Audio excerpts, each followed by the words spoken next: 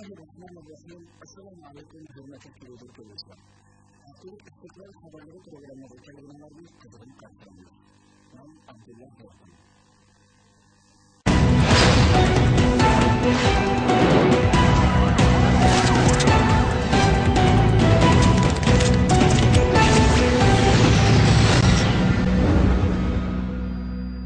Janubiy Koreya ve Xitoy munosabati jiddiyleşmekte.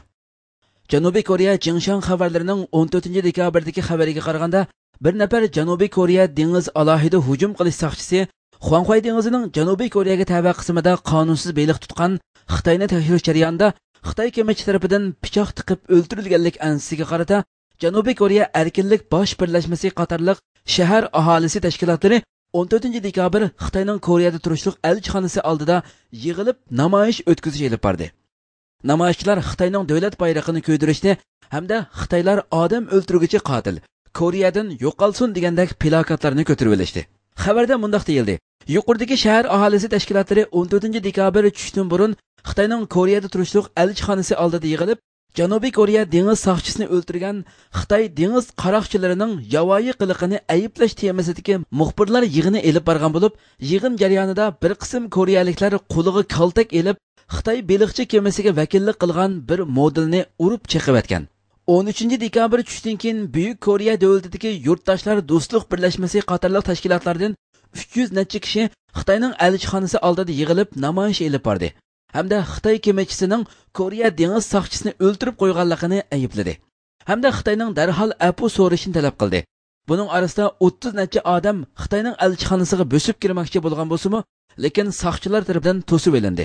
Yana bir 30 necha yoshlardagi bir mashina bilan elchixonni qo'g'dab turgan soqchilarning mashinasini so'qqan. Bir koreyalik yosh mashina bilan Xitoyning elchixonasiga bo'sib kirmoqchi bo'lgan. Natijada elchixonning darvozasi oldida to'saq o'rnida to'xtatilgan soqchi tarafning avtobusiga so'qilgan.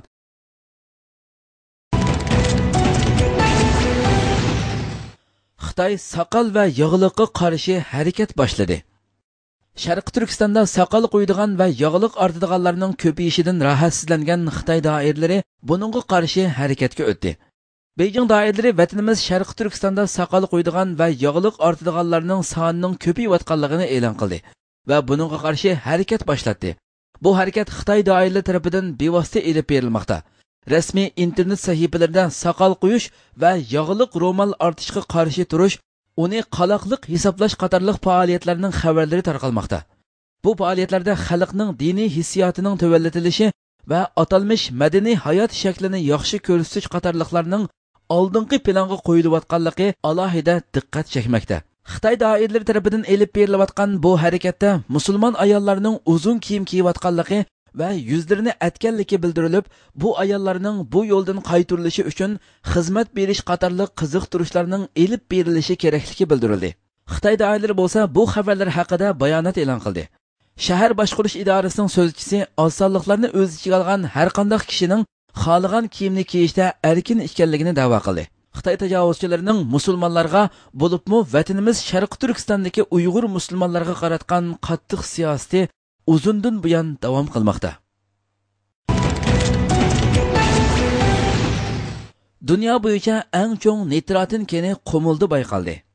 Atalmish Avtonom rayonlik geologiya qazilma boyliq idorasining egallangan xabarda bildirilishicha, 12-oyning 5-ida atalmish Avtonom rayonlik geologiya qazilma boyliq idorasi o'z ustiga olgan Qumul shahri Shigobi yesidagi nitrotin kenni umumiylik tekshirish turining dolidagi xizmati allaqachon to'liq oxirlashgan bo'lib, nitrotin boyliq zapasining tur va sortida o'rlash ahvolining ko'rilganligini bayqagan.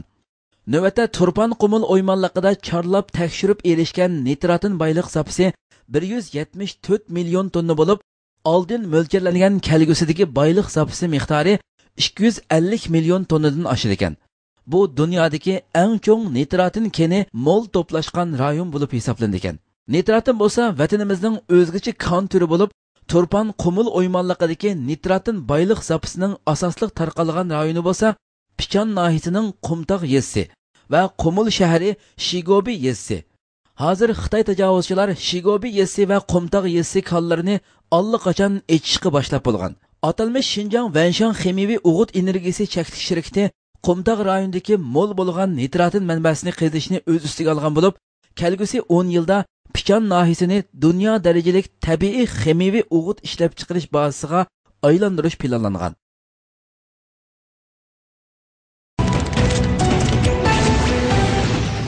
Amerika Pokistondagi bazani bo'shatib berdi. Pokiston armiyasining Washingtondan talab qilishi bilan Amerikaning Pokistonning g'arbiy janubidagi Shamsi harbiy bazasini bo'shatib berganligi e'lon qilindi. Armiyaning internet to'rida e'lon qilingan bayonotda Amerika mas'ullariga berilgan muhlatning oxirida Amerika askarlari, aeroplanlari va boshqa xodimlari bilan Shamsi havo armiya bazasidan ayrildi. Bazaning kontrolligini buningdan keyin Pokiston armiyasi o'z ustiga oladi deyildi. Pokiston hukumati o'tgan oy oxirida NATO tik ucharlarining Afg'oniston chegarasidagi bir soqchixonaga hujum qilishi va 24 askarning o'limi bilan oxirlashgan voqeadan keyin Amerikadan o'z zaminidagi harbiy bazani bo'shatishni talab qilgan edi. Xitoy urush kemalariga urushga tayyor turish buyrug'i berildi. Amerikaning Osiyo Tinch okean rayonidagi askariy mavjudiyatini ko'paytirish harakatlari Xitoyni harakatga o'tkazdi. Xitoy raisi Hu Jintao Xitoy urush kemalariga urushga tayyor turish buyrug'i berdi. Yuqori darajali generallar bilan ko'rishgan Hu Jintao qilgan so'zida o'zgartib yasalayotgan aviamatkining tayyorlanishini tezlashtirish va eng yuqori shaklda urush uchun tayyor holatga elib kelish kerak dedi.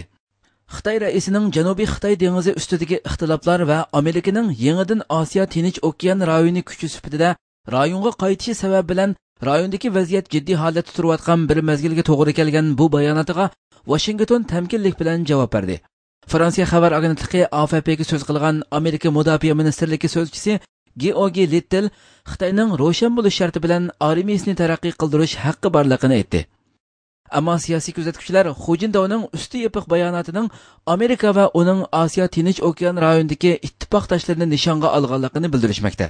Amerika prezidenti Barack Obama o'tgan oy olib borgan 9 kunlik Osiyo Tinch okean ziyorati jarayonida rayondagi muhim ittifoqdoshlaridan Avstraliya bilan davlatning shimolidagi Port shahri Darwinda yangi bir harbiy baza qurish kelishimnomasi imzolagan edi.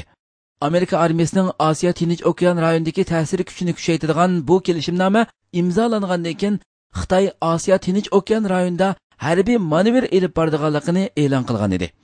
Intayin mo'l neft va tabiiy gaz boyligi borligi ma'lum bo'lgan Janubiy Xitoy dengizining egilik huquqini Xitoydan boshqa Vyetnam, Filippin, Malayziya, Biruni va Tayvan da'vo qiladi. Dunyo dengiz tijoratining 1/3 bu rayon ustidan o'tadi. Dunyoning eng ko'p quruqlik qismiga ega bo'lgan Xitoy rayondagi kuchini kuchaytirmoqda. O'tgan 8-oyda tunji sinoq safarini elib borgan Xitoyning tunji aviamatkisi Varyag o'tgan hafta 2-chi qatimliq sinoq safarini tamomladi. Xitoylar bu aviamatkini sayohat kemasi qilamiz deb yolg'onchilik bilan Ukrainadan setib olgandan keyin remont qilib urush paraxodiga aylantirdi. Vyetnam va Filippin Janubiy Xitoy dengizining hammasini o'zimning davatgan Beijing doiralarining rayondagi askariy harakatlarini kunsiri kuchaytishidan andisha qilmoqda.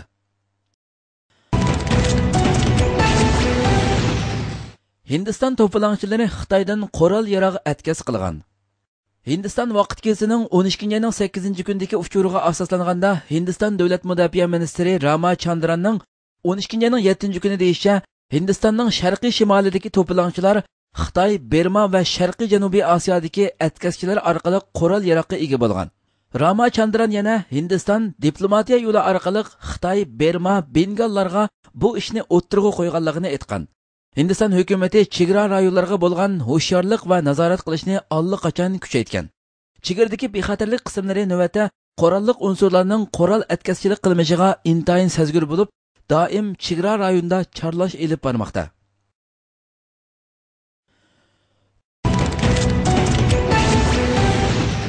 Iroqliklar Amerika bayrog'ini ko'ydirib, erkin bo'lganligini tabrikladi. Necha minglagan Iroq xalqi Iroqning o'ttir qismidagi shahar Fallujada Amerikaning Iroqda turishlik qismining pat orada chekinib chiqib ketadiganligini tabrikladi. Ular Amerika bilan Isroilning davlat bayrog'ini ko'ydirdi. Hamda qo'llarida biz amdi erkin bo'ldik. Falluja qarshi turishdagi o't yalqoni degan xatlar yozilgan plakatlarni egiz ko'tarishdi. Ma'lumotlarga qaraganda Iroqning o'ttir qismidagi Anbar o'lkasidagi Falluja ilgari Amerikaga qarshi qurolliq kuchlarning muhim bazasi ekan. 12-14-kuni Amerika prezidenti Obama munolarni jikarlagan. eng oxirgi bir turkum Amerika askarlari kelgusidagi bir qancha kun ichida Iroqdan chekinadi. Shuning bilan 9 yillik Iroq urushi rasmiy oyoqlashadi.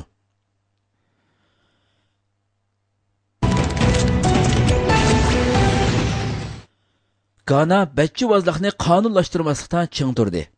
Gana axborot ministri Dia 7 dekabr Gana televiziya stansiyasining ziyoratini qabul qilganda qayta ta'kidlab, mayli sirtqi kuchlar qanchalik besim qilmasin, Gana bachchivozlikni qonunlashtirmaslik maydonida ching turdi. Gana hukumati qaroridan yanmaydi. Chunki bachchivozlik Gananing madaniyati, an'anasi ham axloq mezonlariga xilof dedi. Diyaning bu ifodasi Amerika rahbarlarining yaqinqi so'zlariga qartilgan bo'lib, Amerika prezidenti Obama 6 dekabr jakarlab, Amerikaning sirtqi yordam berishda yordam qabul qiluvchi davlatlarning o'xshash jinslar aro muhabbatlashuvchilarga tutgan pozitsiyasiga qaraydiganligini bildirgan. Amerika tashqi ishlar ministri yaqinda Janvada Amerikaning sirtqi berilgan yordam hamda diplomatiya vositasi orqali bachchivozlarni kamsituvchilar bilan kurash qildiganligini, bu davlatlarning islohot elib berishiga turtki bo'ladiganligini bildirgan. Bu yil 10 oyning oxirida Angliya bosh vaziri Cameron Angliyaning yordamini qabul qilgan davlatlarning cho'qim bachchivozlarning qonuniy manfaatini e'tirof qilgan davlatlar bo'lishi kerakligini, bo'lmasa Angliyaning yordam uzib tashlashni o'ylashadiganligini aytgan. Gana prezidenti John Meris shundan keyinla Gananing yordam berish kayniga qo'shilgan qo'shimcha shartlarni qabul qilmaydiganligini bildirgan. Hamda Gana hargizmo bachchivozlikni qonunlashtirmaydi. Bu to'g'risidagi har qanday urinishlarni qo'llamaydi. Gana bu ishda hargizmo Angliyaning bisimiga tiz bukmaydi dedi. Gana rahbarlari ham hukumatining bachchivozlik masalasidagi maydoni Ganadagi har qaysi sohaning ham xalqning keng qo'llashiga erishdi. Safvat Hijozi ilmoniylar Allohning hukm chiqarishini rad qiladi dedi. Mufakkiratul Islom to'rbetida 14 dekabr e'lon qilingan xabarda Misrdagi donglik islom da'vatchisi Shayx Safvat Hijozi ilmoniylarning, ya'ni dinni siyosatdan ayrim deb qaraydiganlarning har qanday ishda Allohning hukmini rad qiladiganligini ta'kidladi. U yana Orbit kanalida axborotchi Jamol Inoyat bilan elib berilgan bir programmada "Men islomning hukmini xohlamaganlar ketsun" degan so'zimda Misrdagi xristianlarni maqsad qilmadim dedi. U so'zida yana har qanday bir maxluqning boshqa birisini mayli uning aqidasi nima bo'lsa bo'lsin Misr fuqaroligidan chiqarib etilmaydiganligini bildirdi. U so'zining oxirida butun arab davlatlarining birlashishini, butun chegaralarning amaldan qilishini va butun arablarga birli rais bo'lishini orzu qilaman dedi. Iran Obamaning talabini keskin rad qildi. Axborot vositalarining xabar qilishicha 12 dekabr Obama Irandan o'zlarining razvedka aeroplarini qaytarib berishni talab qilgan edi. Ammo 13 dekabr Iran taraf prezident Obamaning bu talabini nihoyatda keskinlik bilan rad qildi. Hatto armiya taraf Obamani yuzi qilin degandek so'zlar bilan masxara qildi. Iran armiyasi o'zlarining maxfiy shifrlarini yeshib, tahlil qilish bilan birga yana o'zlarining oliy darajalik amaldorini Rossiyaga ziyoratga avatib, uchquchisiz aeroplan haqida alohida suhbat o'tkazganligini uqtirdi. Fransiya axborot agentligining xabarida Iran tashqi ishlar ministrligining bayonotchisi Mehmon Pallasning Obama balkim u jasuslik uchun avatilgan aeroplanning chegirdan qonunsiz o'tganligini unutib qolgan bo'lishi mumkin. Amerika o'zlarining tinchlikka xavf elib kelganligi uchun avval kechirim so'rab, ondan boshqa talablarni o'ttirg'i qo'ygan bo'lsa bo'ladi degan so'zlari naql qilindi. Eng keskin rad qilish yanada Iron davlat mudofaa qismi tarafidan bo'ldi. Arab Birlashma Xalifaligi Dubaydagi Arab televiziya stansiyasining xabar qilishicha, Iron davlat mudofaa ministri Vahidi Iranning Amerikaning jasuslik aeroplanini qat'iy qaytarib bermaydiganligini bildirgan. U bu haqda to'xtalib, Amerika bizning havo tavallikimizga tajovuz qildi. Teg'i bu qilmishiga kechirim so'ramasdan yana bu jasuslik aeroplanini qaytarib berishni talab qilyotdi. Bu tazimi nomussiz talab dedi. Amerikaning o'rinbosar prezidenti Chenni Obamaning uchquchisiz aeroplan voqeasida bevosita aeroplanni portlatib etmasdan, balki Iran tarafdan aeroplanni qaytarib berishni talab qilganligini qattiq aybladi. 14 dekabr Iranning parlament a'zosi Kazim Jalal Chennining bu fikriga qattiq norozilik bildirdi va kimda-kim Iranning tishiga tegsa, uning qaqshatquch zarbiga uchraydiganligini bildirdi. U yana Iranning darajadan tashqari ilg'orlashgan jasuslik aeroplanini etib tushirishga tamoman qurbi yetadi. Iran havo, dengiz va zamin tavalligiga xavf elib kelgan har qanday davlat yoki kollektiv Iranning qaqshatquch zarbasiga uchraydi deb inkos qaytardi. u yana Iranning bo'zak davlat emasligini aytdi.